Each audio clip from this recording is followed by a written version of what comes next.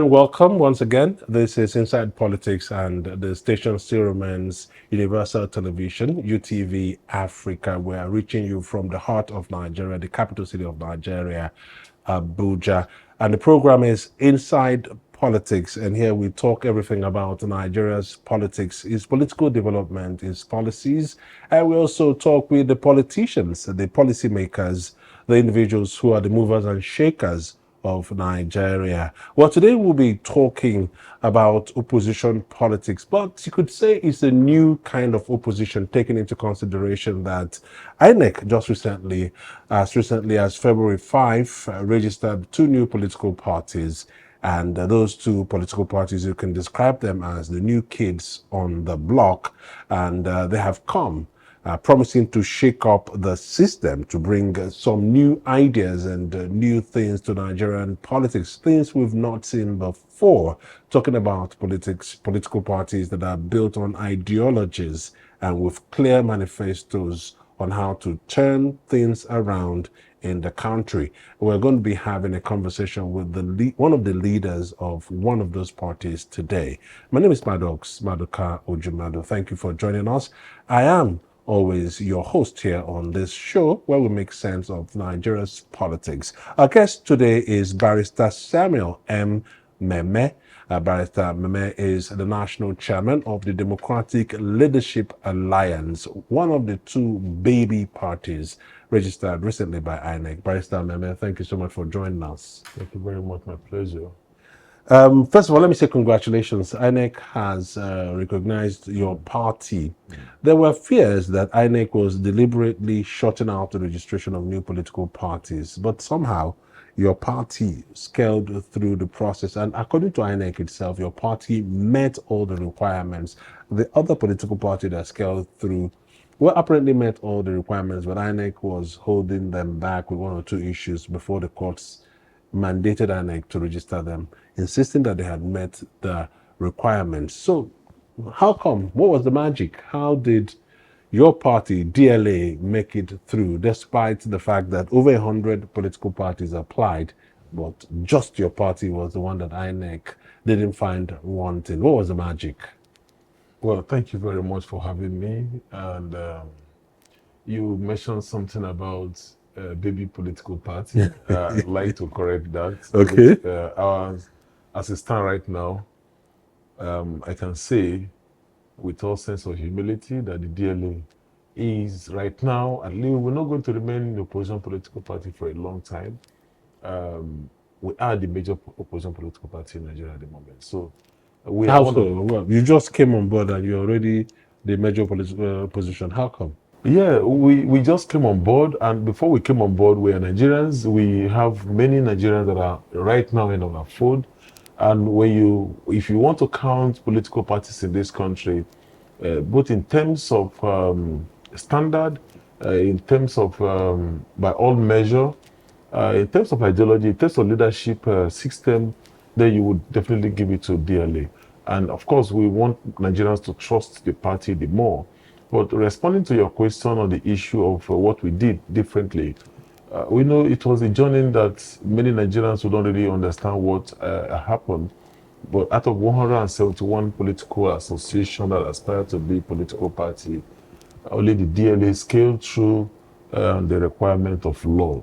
And that is to tell you that it is an evidence of hard work. It is a product of diligence, a product of commitment that we actually embarked upon.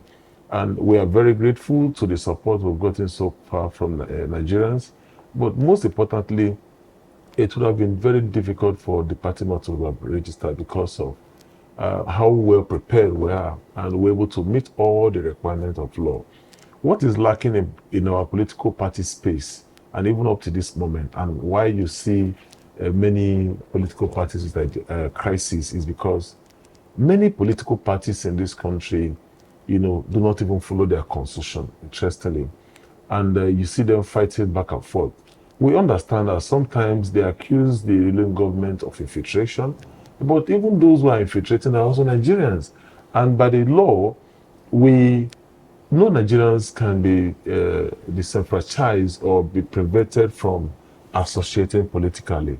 But what political party can do is to set standard to people who are coming into their fold in terms of their level of participation in the leadership of the party. And that is what we have been able to cure through our constitution, to ensure that before you hold position in the party, it is rooted in ideology of leadership by all standards, that you must first understand where you're coming from, where you're going into, the roles, the responsibility. And interestingly, many people, since the party was registered, we have received Nigerians who are from other political parties, and some of them will tell you, oh, we belong to this other political party that was registered 3 years ago, 4 years ago, and the rest. But they just want to come in. Some of them don't even take out time to understand the principles behind the establishment of such a political party. So they still come in with the old mentality, with old ideology, with old system, with old approach. And even the APC, for instance, that accused the PDP of ruling this country, ruining the country for 16 years. The same APC, for instance, now have all the PDP people now in their fold, behaving in the same manner which they behaved when they were in PDP. So now, when you look at all of this system, you find out that there are no political party ideology in Nigeria. And that was what totally provoked us as a group of people, as a young Nigerians, to say, look, we must do something differently. And I am sure, I do not know the criteria through which INEC disqualified some other political parties specifically, but we saw the guideline.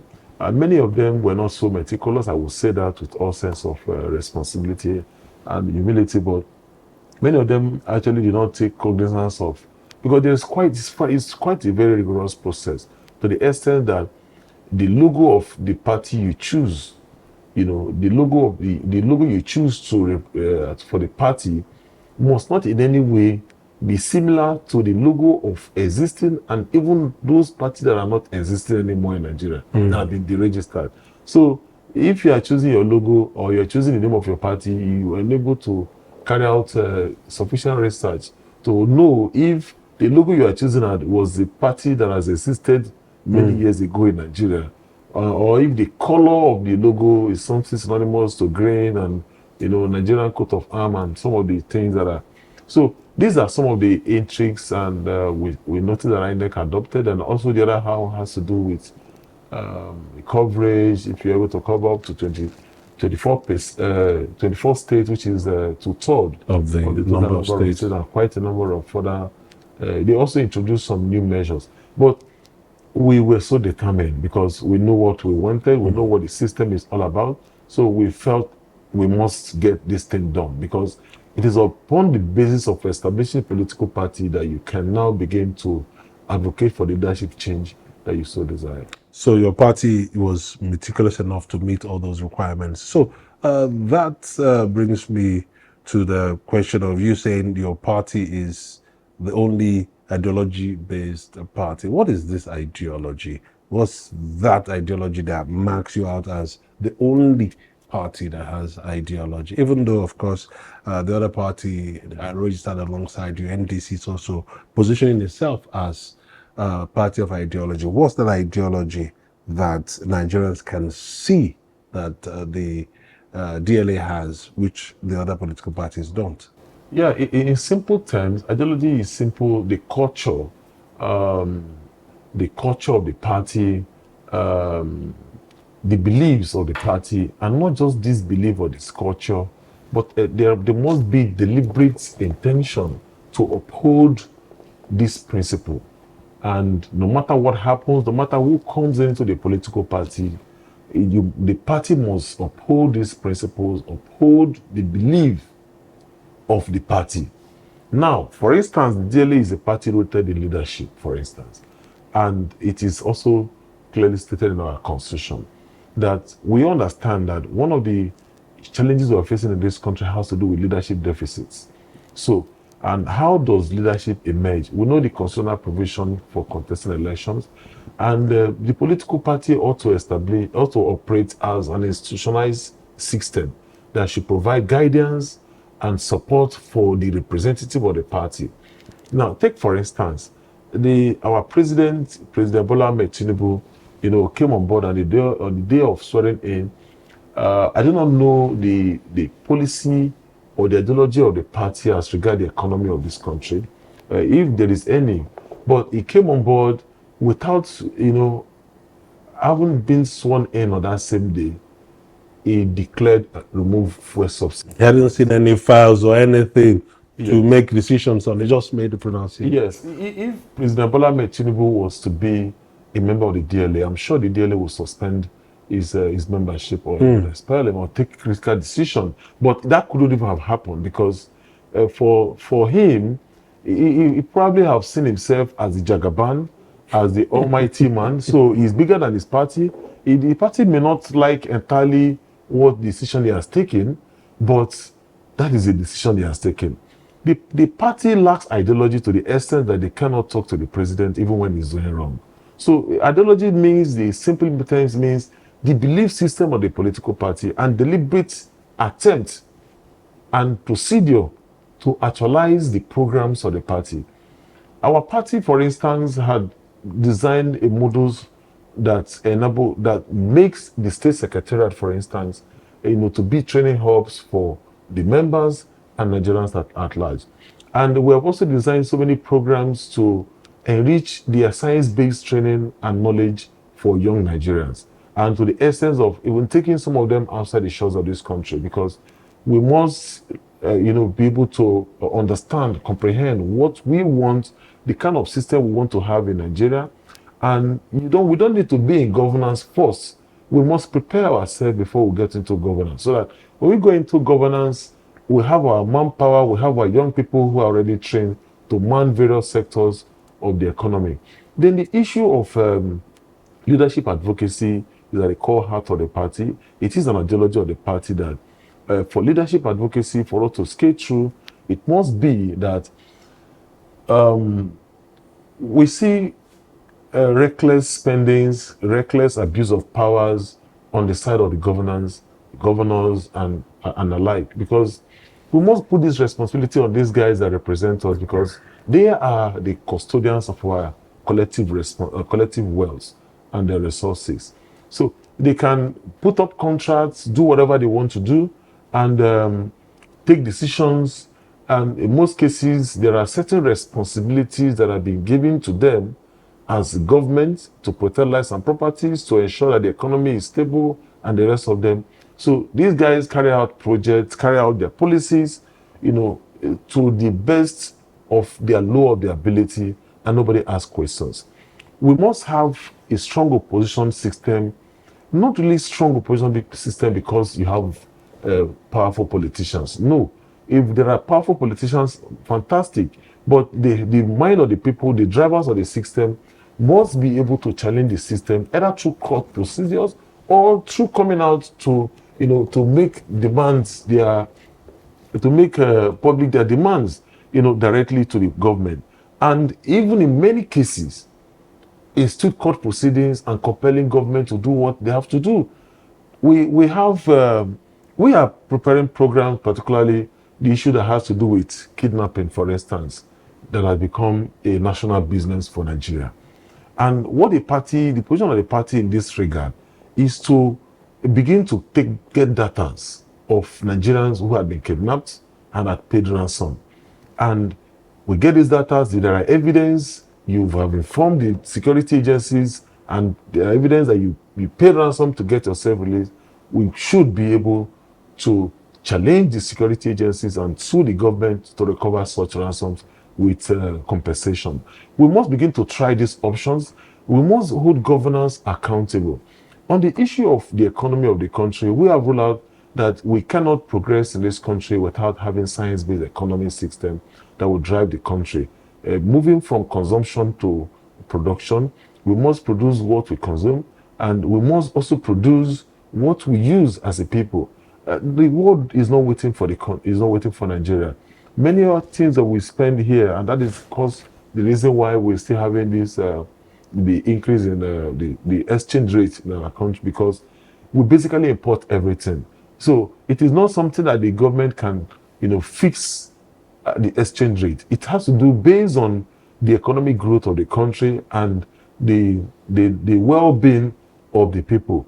One of our philosophy and ideology on agriculture has to do with allowing farmers food security, security of farmlands, security of farming communities, to ensure that farming communities are secured, are protected, the farmers are protected, and the farmlands are also protected by implementing and making national laws that will cover up the whole country and not just the one we are having within the state. And there must be implementation mechanism.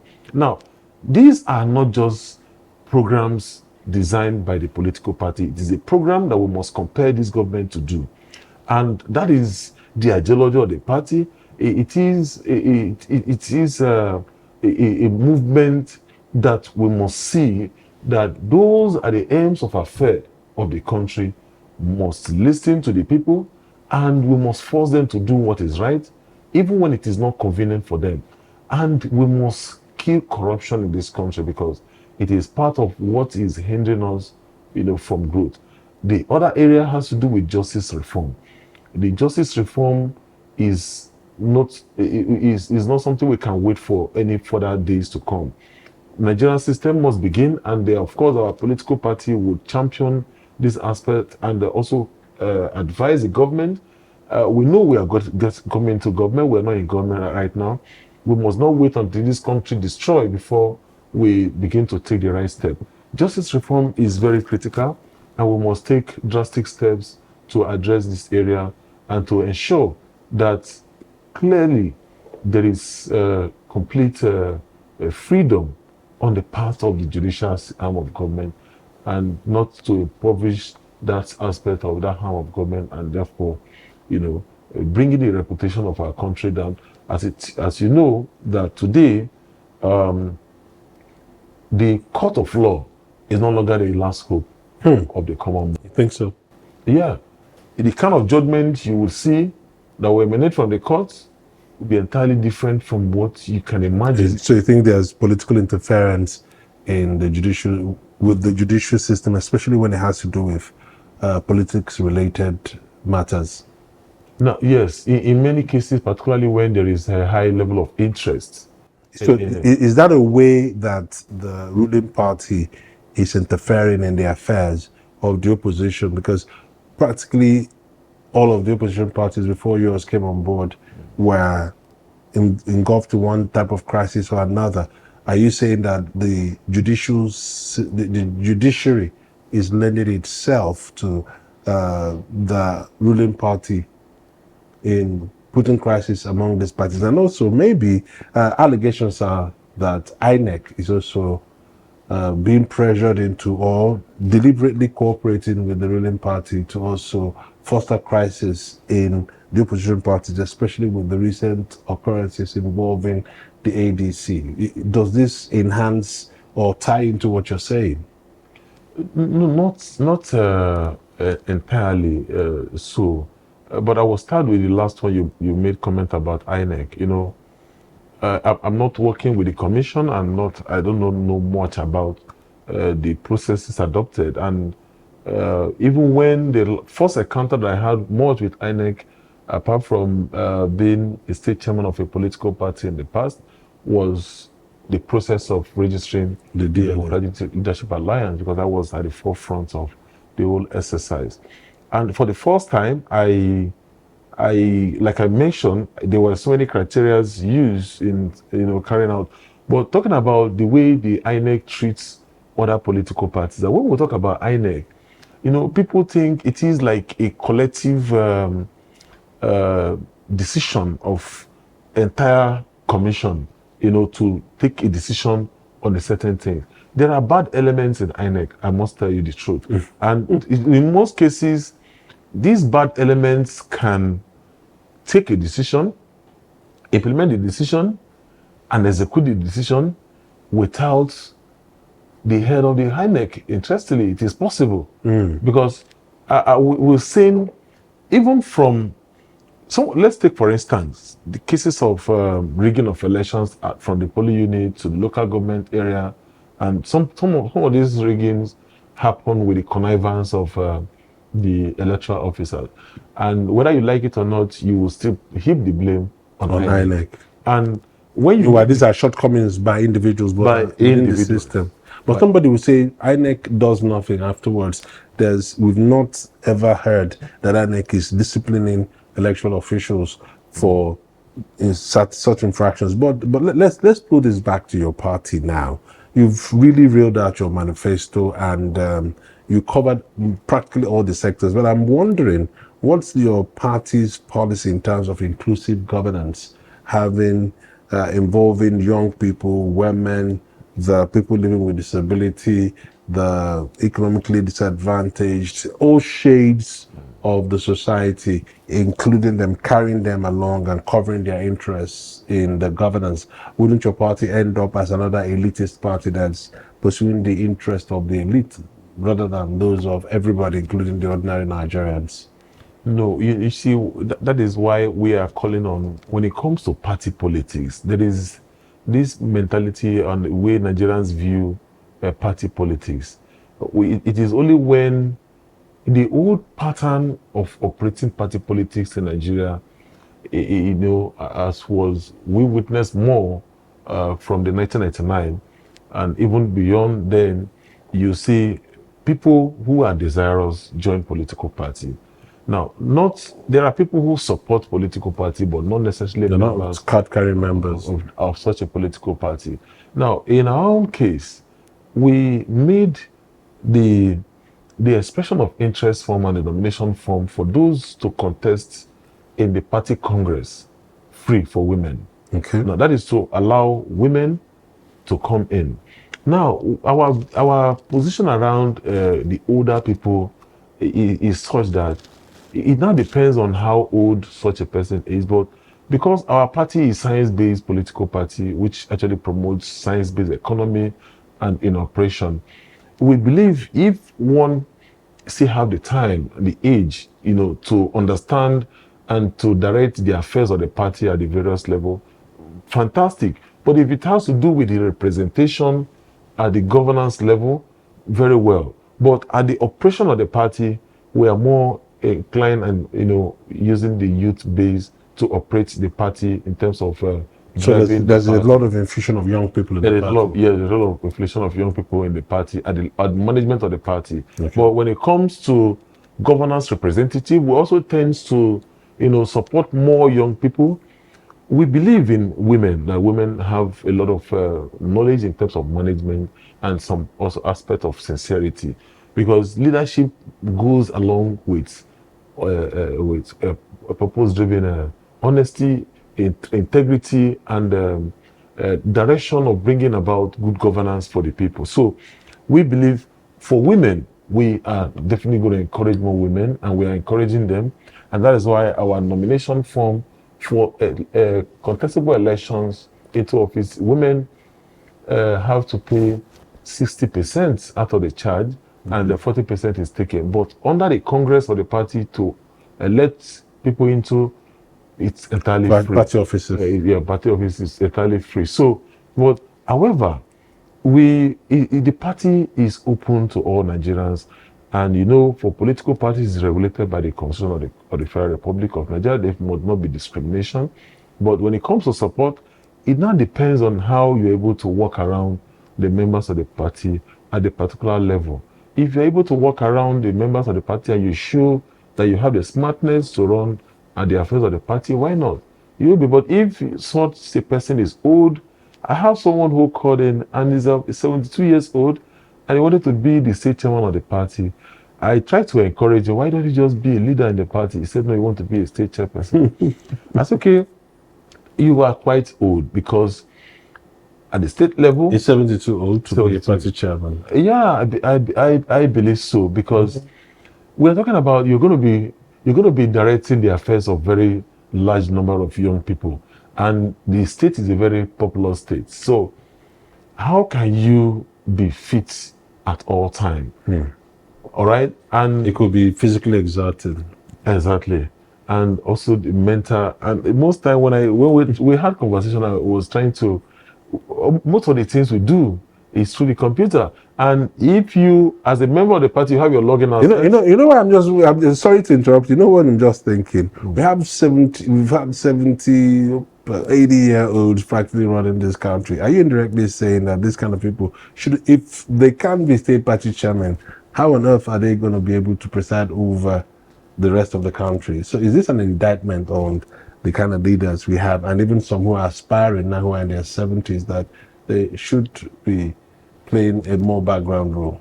If you observe the trajectory of this country, you would agree with me that this country started going down the more from the time of former President Muhammadu Buhari. And for me, at that time in 2014, 2015, for one reason, I felt that Muhammadu Buhari was just too old to run the affairs of this country at that time. And I was right. At the end of the tenure, I was proven to be right, because now you have the current president.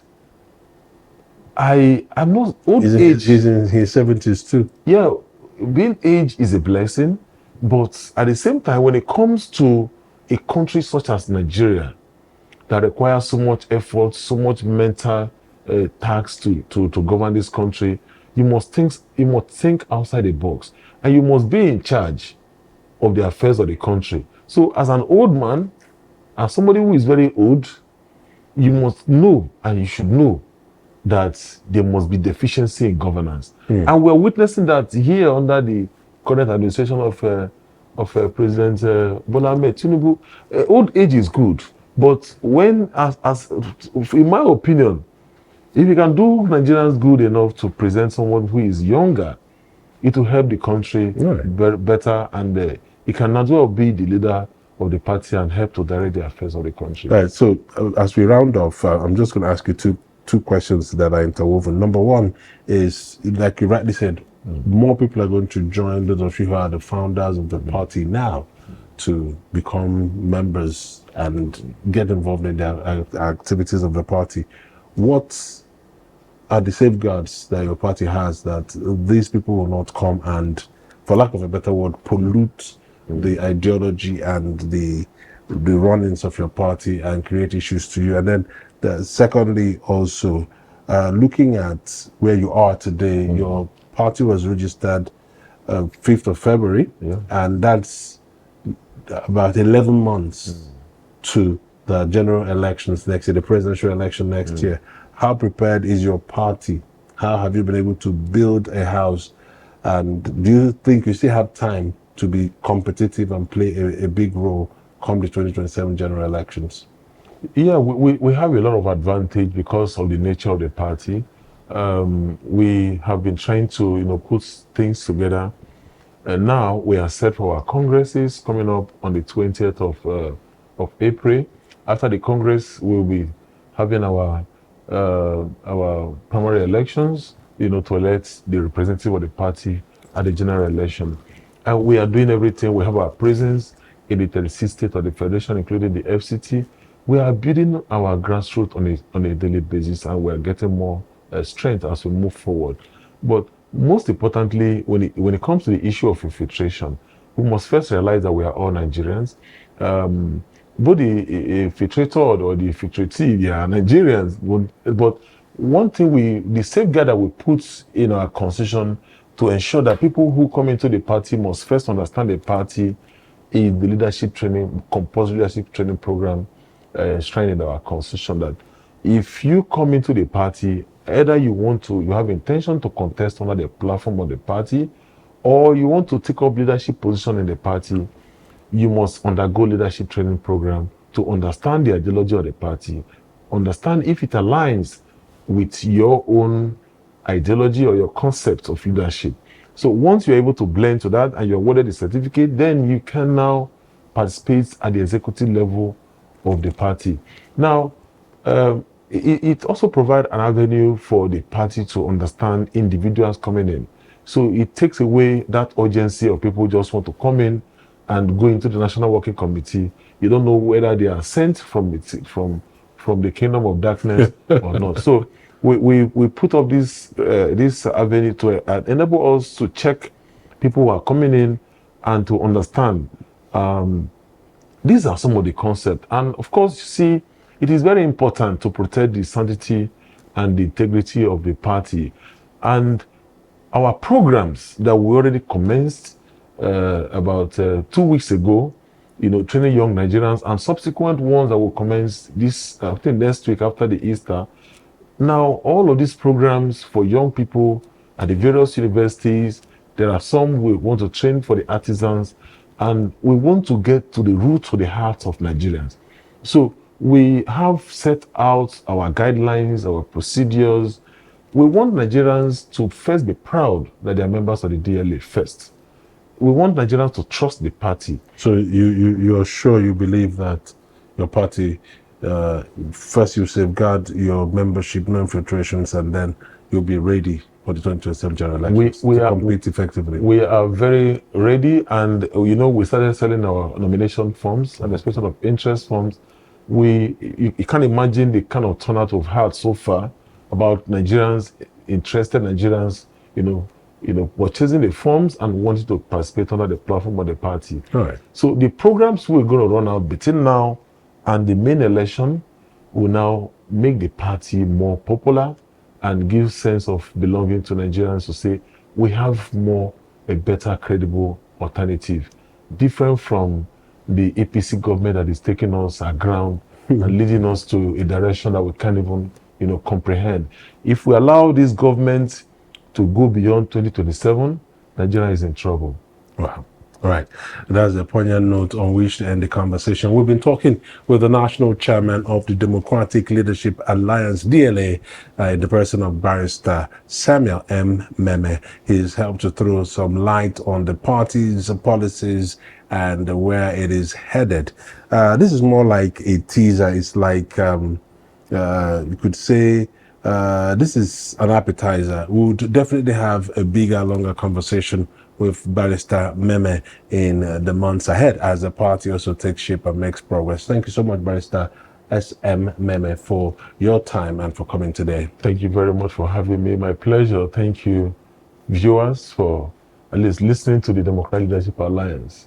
Thank you. All right, and that's where we wrap it up today. But don't forget, another interesting episode of Inside Politics will come your way. Don't forget to check out our website, www.utvafrica.com. Check out our social media pages, Facebook, TikTok, X, and of course, Instagram. And do make sure you follow and like all of them. Those handles are scrolling on the screen at the moment. We'll see you again next time on Inside Politics. Till then, keep watching Universal Television Africa. My name is Madoka Ujimadru. Enjoy the rest of your day.